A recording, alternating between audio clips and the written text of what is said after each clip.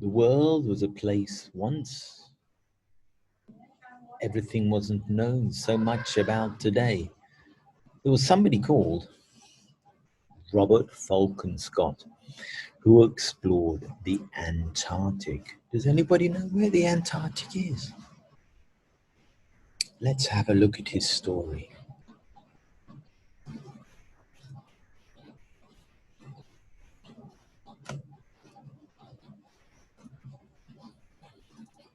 Robert Falcon Scott. Let's find out about his journey to the Antarctic. Can you write a diary? Can you remember anything special? Would you go to the Arctic or the Antarctic? What parts of the world could still be explored? The deep sea, polar regions, that's the Arctic and the Antarctic, deserts, jungles, wow. So, the Arctic is at the north part of the world. The Arctic is the polar region at the northernmost part of the Earth. The Antarctic is the southernmost part of the Earth. So, Captain Scott went to the Antarctic. Can you see Thailand? Where's Thailand? There's Thailand. Look, just here. The Antarctic is enormous. Britain, 50 Britons would fit inside. More than 99% is covered in ice. This ice is sometimes 3 miles thick. Wow, that's cold. Nobody lives there all the year. There are some animals, but they live near the water. So, Captain Robert Scott was born in Devon, England in 1868, and he was an officer in the Navy. He had 2 expeditions to the Antarctic. One was in 1901 and one was in 1910. He wanted to find out more about the animals, the weather, and the land of the Antarctica. They also wanted to be the first to reach the South Pole. Would you go on a journey with him? Was it a good idea? Wow. How do you feel about it? Put your hand up if you think you should go. Put your hand up if you think you shouldn't go. So what happened? Scott and his men travelled with the sledge dogs, but unfortunately the sledge dogs didn't last very long, and mostly the men pulled the sledges by themselves. They also had frostbite and snow blindness.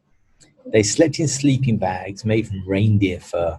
However, it was wet and cold because the floors of the tents could not keep out the snow. But they did reach the South Pole on about the 17th or 18th of January. Oh, but they weren't the first. They discovered that a team of Norwegian explorers had arrived before. Like the other one. What was the one last week? Who was the man who reached America, but he wasn't the first? Scott and his companions had to travel back 800 miles through the freezing temperatures, and this time, of course, there weren't the dogs.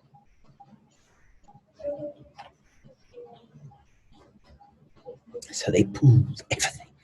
The blizzards, the gale force winds, little food. Guess what?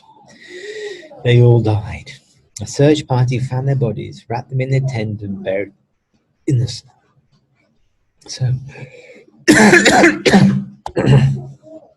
could you imagine being able to write a diary about his journey back without the dogs, pulling everything? Gosh, that must be hard. Could you write anything? How would you write it? Could have had a better exploration, but we don't know. But you are going to write a part of his diary. So let's have a look at the diary that you are going to write.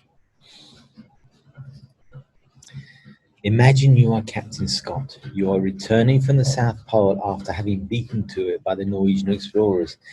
You have to make the 800-mile journey back to your ship. How are they going to get back? How does it feel? What's the weather like?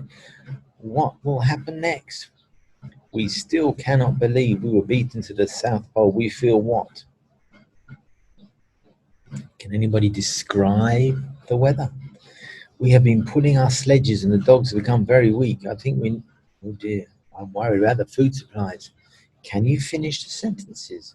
Can you remember to use adjectives, full stops, and capital letters, please?